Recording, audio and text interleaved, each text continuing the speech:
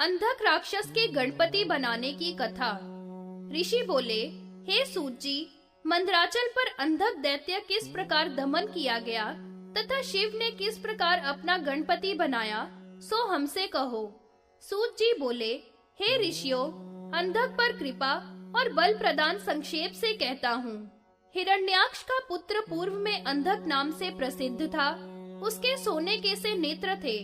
उसने तपस्या द्वारा ब्रह्मा जी से अवध्य होने का वरदान प्राप्त कर लिया। त्रिलोकी को जीतकर भोगने लगा। इंद्र आदि देवताओं को पीड़ा देने लगा। देवताओं को अनेक प्रकार से ताड़ना देने लगा, जिससे वे डरकर मंदराचल में आकर रहने लगे।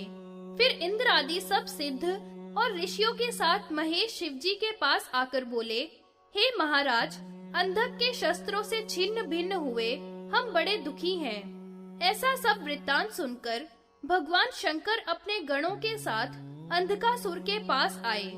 उस समय इंद्र, ब्रह्मा, विष्णु, सब सुरेश्वर, देवेश्वर तथा मुनीश्वर भगवान शिव की जय हो ऐसे वचन बोलने लगे।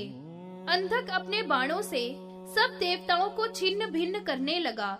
यह देखकर भगवान शिव ने उसे अपने शूल से भेद कर ऊपर को टांग लिया। भगवान के दर्शन से पाप रूपी कवच उसका दूर हो गया। यह देख ब्रह्मा जी शंकर को प्रणाम कर बड़े जोर से नाद करने लगे। देवता भी प्रसन्न होकर जोर से शब्द करके प्रशंसा करने लगे और पुष्पों की वर्षा भगवान पर करने लगे। तीनों लोकों में आनंद और हर्ष होने लगा। शूल से जिसके पाप दग्ध हो गए हैं, वह दैत्य सात्विक भाव से विचार करने लगा। जन्मांतर में भी देव शंकर ने मुझे दग्ध किया था और शंकर की आराधना मैंने की थी। प्राणांत समय में जो शंकर का स्मरण करता है, वह शिव सायुज्य को प्राप्त होता है। बहुत स्मरण करने वाले की तो बात ही क्या है। ब्रह्मा, विष्णु, इंद्र आदि सभी देवता इनकी शरण में रहते हैं। अतः शिव की शरण में ही मुझे जाना चाहिए। ऐसा विचार करके वह अंधक शिवजी की गणों सहित स्तुति करने लगा। शिवजी उसकी स्तुति से प्रसन्न हो हिरण्याक्ष के पुत्र जो सूर्य के मध्य में शूल पर टंगा है, उससे बोले, वरदान मांग, मैं तेरे से प्रसन्न हूँ। शिव की ऐसी वाणी सुनकर वह दैत्य हर्ष से गदगद हो महेश्वर से बोला, हे देव देवेश, भक्तों के दुख दूर करने वाले शंकर, मुझसे प्रसन्न होइए और भक्ति रूप वरदान मुझे दीजिए। ऐसे अंधक के वचन सुनकर भगवान ने दुर्लभ और शुद्ध बुद्धि दी तथा शूल से उतारकर उसे गणपति पद पर अधिष्ठित किया। तब तो गणपति पद पर उसको अधिष्ठित जानकर सभी देवताओं ने उसे प्रणाम किया। हिरण्याक्ष के द्वारा डूबी हुई पृथ्वी पर वाराह भगवान के द्वारा उद्धार। ऋषियों ने पूछा, हे सूत जी, इस अंधक का पिता हिरण्याक्ष बड़ा ही दारुण था।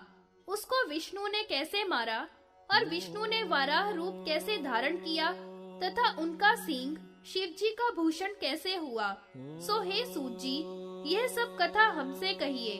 सूत जी बोले, हे ऋषियों, हिरण्यकशिपु का भाई और अंधक का पिता हिरण्याक्ष बड़ा ही दारुण था। वह काल के समान था। उसने सभी देवताओं को जीतकर पृथ्वी को भी रसाताल में ले जाकर बंदी बना लिया था। ब्रह्मादिक सभी देवताओं को ताड़ना देने लगा। तब सभी देवता दुखी होकर विष्णु भगवान के पास गए और प्रणाम करके बोले, हे प्रभो, हिरण्याक्ष दुष्ट ने पृथ्वी को बंदी बना लिया है और हम सब उसके भय से बड़े दुखी हैं। यह सुनकर भगवान विष्णु ने घोर वाराह का रूप धारण किया और दंष्ट्रा के आगे के भाग से उस महादैत्य का संहार किया। इसके बाद रसाताल में जाकर वहां से पृथ्वी को लाकर पूर्ववत स्थापित किया।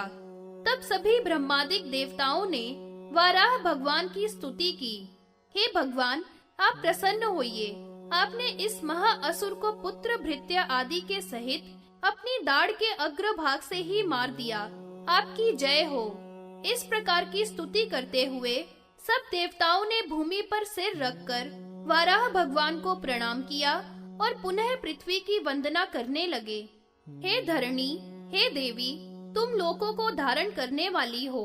हे मृत्तिके, सब पापों को दूर करो। हम सब मन, वचन और कर्म से तेरी स्तुति कर रहे हैं। सूत जी कहने लगे, हे द्विजो, इस प्रकार देवताओं के द्वारा स्तुति की गई। पृथ्वी प्रसन्न होकर उनसे बोली, वराह भगवान की दाढ़ के द्वारा दुखी हुई मृत्तिका को जो मस्तक पर धारण करेगा, वह सब पापों से छूट जाएगा। वह आयुष्यमान, बलवान, धनवान और पुत्र पौत्रों से युक्त इस लोक में सुख भोग कर परलोक में देवों के साथ क्रीड़ा करेगा। इसके बाद वाराह भगवान क्षीर सागर को चले गए। उनकी दाढ़ को देव देव महेश्वर ने ग्रहण कर लिया और उसका भूषण बनाकर दाढ़ी के नीचे हृदय पर धारण किया। उस समय सब इंद्र आदि देवताओं ने शिव की स्तुति की। इस प्रकार देवाधिदेव विष्णु ने धरा को स्थापित किया, जो सब जीवों का आधार है और विष्णु भगवान का कलेवर है। उस समय ब्रह्मा तथा अन्य देवों के साथ भगवान भव ने लीला की और विष्णु के अंग विभाग धाड़ से भूषित हुए। इसी से महेश्वर को दंश्री कहा गया है। शिव जलंधर युद्ध तथा जलंधर का वध। ऋषि बोले, जटा के मुकुट वाले, भग के नेत्र हरने वाले शंकर ने इंद्र के पराक्रम को हरण करने वाले जलंधर का वध किस प्रकार किया था, सो हे सूत जी, आप कृपा करके हमसे कहिए। सूत जी बोले, हे द्विजो, जल मंडल से उत्पन्न जलंधर नामक दैत्य था। उसने तपस्या से बहुत बल प्राप्त किया। उसने यक्ष, गंधर्व, उरग, देव, दानव सभी को जीत लिया। ब्रह्मा को भी जीत लिया। फिर देव देव विष्णु को जीतने के लिए उनके साथ लगातार युद्ध किया। जलंधर ने विष्णु को भी जीत लिया। जलंधर जनार्दन को जीतकर विष्णु से बोला, मैंने तुमको युद्ध में जीत लिया, अब केवल शंकर बाकी है। उसके गणों के साथ और नंदी के साथ क्षण मात्र में जीतकर मैं ही रुद्र पने को, ब्रह्म पने को तथा विष्णु पने को और इंद्र पने को तुम्हारे लिए प्रदान करूंगा, ऐसा राक्षसों से कहा। जलंधर के ऐसे वाक्य सुनकर राक्षस बड़े जोर से शब्द करने लगे। दैत्यों के साथ रथ, घोड़ा, हाथी आदि को लेकर यह महाबली शिवजी के पास गया। भग के नेत्रों का नाश करने वाले शिवजी ने इसको अवध्य सुन रखा था। ब्रह्मा के वचनों की रक्षा करते हुए शंभु, पार्वती और नंदी आदि गणों के सामने हंसते हुए कहने लगे कि मुझको अब क्या करना चाहिए। फिर राक्षस से बोले कि हे दैत्यराज, मेरे बाणों से छिन्न मस्तक वाला होकर तू मृत्यु को प्राप्त होगा। जलंधर शिव के वचन सुनकर बोला, हे वृषभ ध्वज, ऐसे वचनों से क्या लाभ? चंद्रमा के समान चमकते हुए शस्त्रों से लड़ने के लिए यहाँ आया हूँ। यह सुनकर रुद्र ने पैर के अंगूठों से जल ही जल कर दिया और हंसते हुए बोले कि मेरे पैर के द्वारा बने इस महासमुद्र में से यदि तू बाहर निकल आवे तो मेरे साथ युद्ध में समर्थ हो सकता है, अन्यथा नहीं।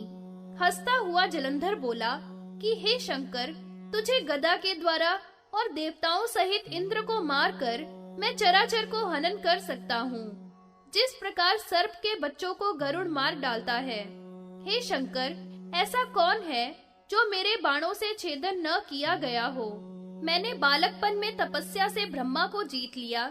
जवानी में देवता और ऋषि मुनियों को, तपस्या के बल से मैंने तीनों लोगों को क्षण मात्र में दग्ध कर दिया।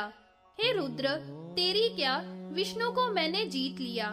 इंद्र, अग्नि, वरुण, कुबेर आदि देवता मेरी गंध को भी नहीं सह सकते, जैसे नाग गरुड़ की गंध को नहीं सह सकते।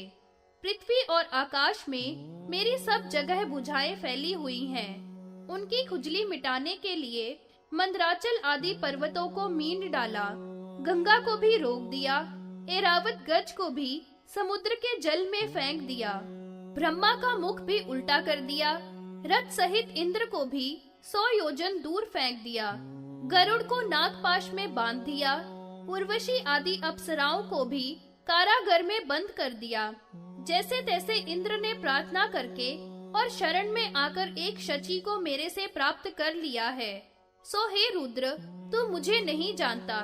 ऐसा कहने पर महादेव ने नेत्र की अग्नि द्वारा उसका रथ भस्म कर दिया और दृष्टि मात्र से अन्य राक्षसों के घोड़े, रथ आदि को दग्ध कर दिया। वह दैत्य चलायमान नहीं हुआ और मरे हुए बांधवों का सोच भी नहीं किया। सुदर्शन चक्र से रुद्र को मारने को तैयार हुआ। सुदर्शन चक्र को चलाने के लिए जैसे ही उसने अपने कंधे पर रखा, तैसे ही सिर से लेकर पैरों तक 2 भागों में कटकर पृथ्वी पर गिर गया, जैसे वज्र से कटा हुआ पर्वत गिर गया हो। उसके रक्त से संपूर्ण जगत व्याप्त हो गया और रुद्र के नियोग से उसका मांस भी रक्त हो गया। वही रक्त महारौरव नर्क को प्राप्त हो रक्त का कुंड बन गया। जलंधर को मरा देखकर सभी देव, किन्नर, यक्ष आदि हर्ष से गर्जना करने लगे। हे देव, अच्छा हुआ आदि कहने लगे। इस जलंधर वध को जो कोई पढ़े, सुने या सुनावे, वह शिवजी के गाणपत्य रूप को प्राप्त होता है।